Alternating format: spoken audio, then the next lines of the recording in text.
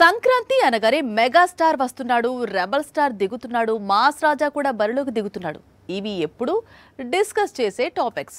కానీ కొంచెం కొత్తగా ఆలోచిస్తే సంక్రాంతి సినిమాలను అనలైజ్ చేస్తే ఒక విషయం బయటపడింది.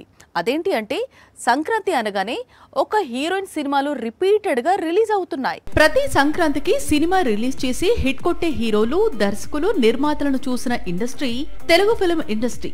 అలాంటి సినీ పరిశ్రమలో ఒక కథానాయిక ఇప్పుడు సంక్రాంతి హీరోయిన్ గా క్రేజ్ తెచ్చుకుంటోంది. పైగా సక్సెస్ రేట్ కూడా బాగానే ఉంది. వచ్చే ఏడాది సంక్రాంతికి రిలీజ్ అవుతున్న చిత్రాల్లో అనగనగా ఒక రాజు ఉంది. నవీన్ పొలిశెట్టి హీరోగా నటిస్తున్న ఈ చిత్రంలో హీరోయిన్ గా మీనాక్షి చౌదరి అనే సంగతి తెలిసిందే.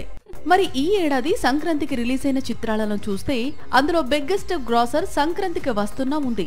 ఇందులో ఒక హీరోయిన్ గా మీనాక్షి చౌదరి నటించిన సంగతి తెలిసిందే. లాస్ట్ ఇయర్ సంక్రాంతికి రిలీజ్ అయిన మూవీస్ చూస్తే త్రివిక్రమ్ డైరెక్ట్ చేసిన గుంటూరు కారం రిలీజ్ అయింది.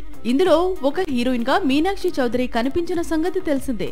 ఈసారి కూడా సెంటిమెంట్ రిపీట్ చేస్తే అనగనగా ఒక రాజు సూపర్ హిట్ అయితే మాత్రం మీనాక్షి సంక్రాంతి క్వీన్ గా మారటం ఖాయం.